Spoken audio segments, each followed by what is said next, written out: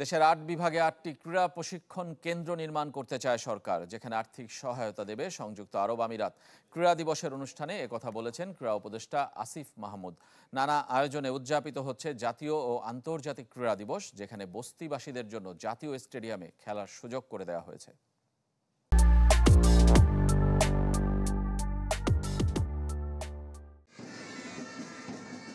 আন্তর্জাতিক ক্রীড়া দিবসের ১ যুগ পূর্তি, বাংলাদেশও সেই আয়োজনে সামিল হয়েছিল।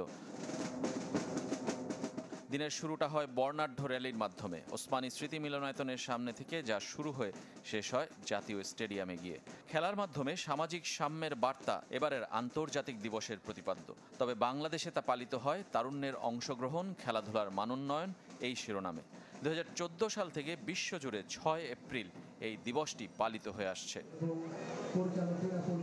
নাম বদলের পর জাতীয় স্টেডিয়ামে প্রথমবার খেলার সুযোগ পায় বস্তিবাসীরা। রাজধানীর উত্তর আর দক্ষিণাঞ্চলকে ২ ভাগে ভাগ করে হয় দিনব্যাপী ফুটবল উৎসব। সবশেষে আলোচনা সভা, যেখানে খেলা এবং খেলোয়াড়দের কথা উঠে এসেছে বক্তাদের আলোচনায়। খেলবে তো তরুণ থেকেই, তারুণ্যেরই তো কাজ এটা।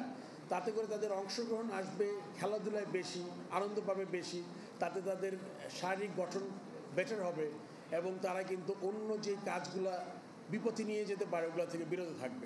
ক্রীড়া উপদেষ্টাও সুখবর দিয়েছেন, দেশ জুড়ে ৮টি স্পোর্টস হাব তৈরি এবং ইনডোর গেমসের জন্য ঢাকায় আরবান স্পোর্টস সেন্টার নির্মাণের মাধ্যমে।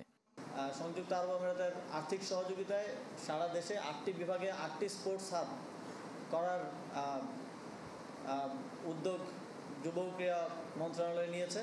ইনডোর যেই গেমসগুলো আছে আমরা চেষ্টা করব সেই আরবান স্পোর্টস সেন্টারে আপনাদের অফিস সহ আরও খেলাধুলার যে ফ্যাসিলিটিসগুলো আছে সেগুলো গড়ে দেওয়ার জন্য। সেটাও এই নেক্সট ফাইন্যান্সিয়াল ইয়ারেই আশা করি আমরা সেই আরবান স্পোর্টস সেন্টারের কার্যক্রম শুরু করতে পারব।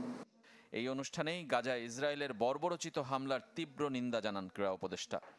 গাজার সেই মজলুম জনগণের প্রতি আমাদের সহমর্মিতা এবং সমর্থন জানাতে চাই আজকের এই দিনে। রেজওয়ানুজ্জামান, চ্যানেল 24, ঢাকা।